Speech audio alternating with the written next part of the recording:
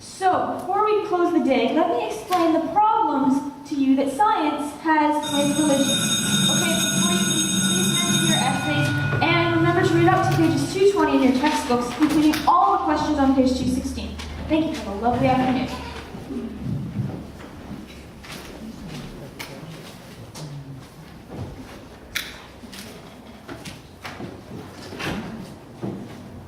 You're a Christian, aren't you, Thomas?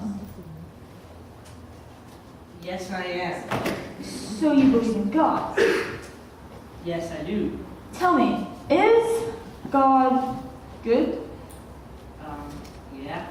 Is God all-powerful? Can God do anything? Yes, he can do anything. Okay, so with God being good, are you good or evil?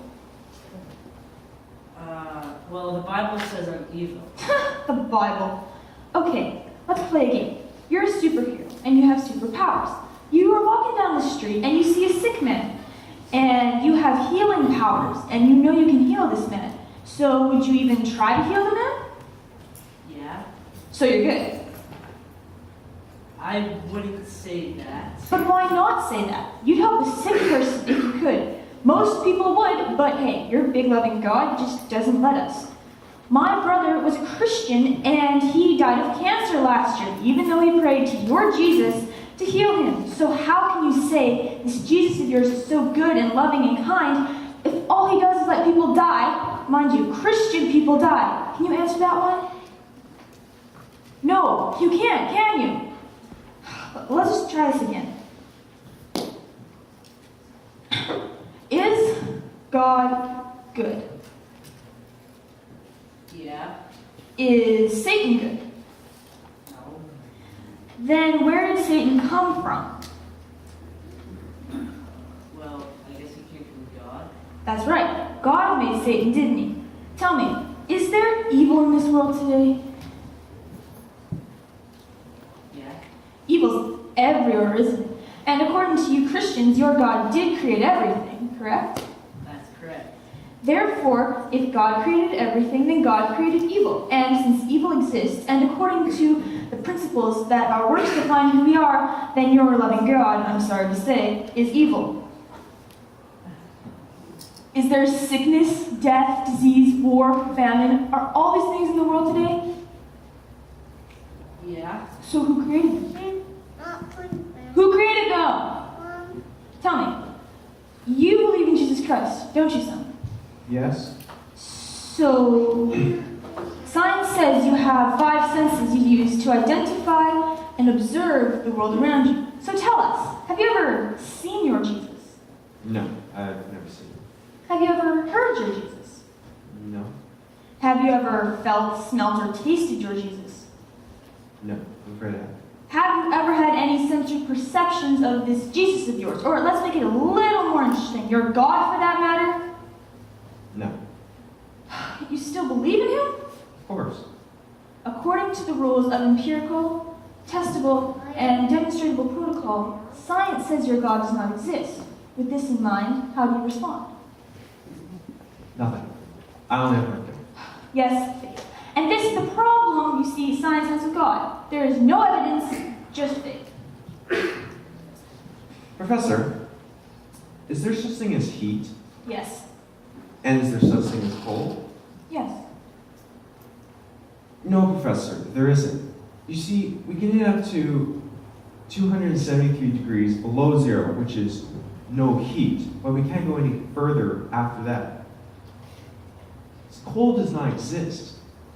If it did, then we would be able to go colder than the lowest, negative 400. Yeah, no, yeah, 273 degrees below zero.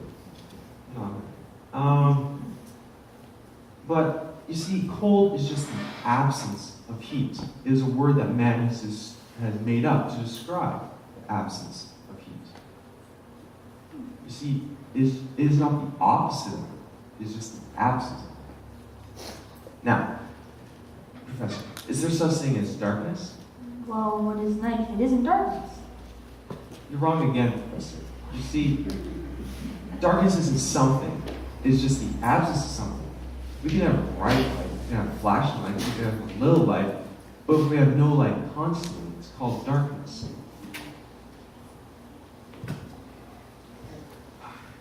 Yeah. Yeah.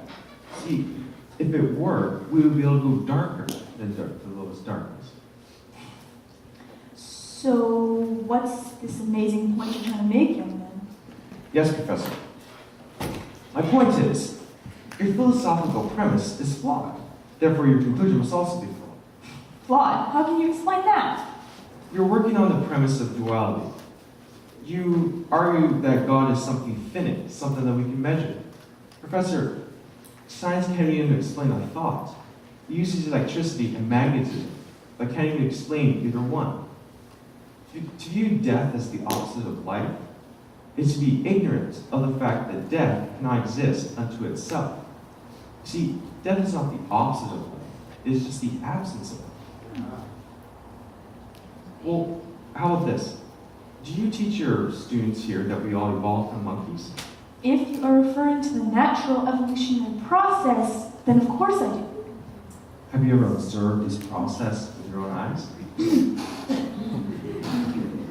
Since no one has ever observed the process of evolution at work and can't even prove that's an ongoing endeavor, are you not teaching your opinion, Professor? Are you now not a scientist but a preacher? Now, to continue the point you were making earlier, Thomas over here, let me give you an example of what I mean. Now, Thomas, have you ever seen the professor's brain?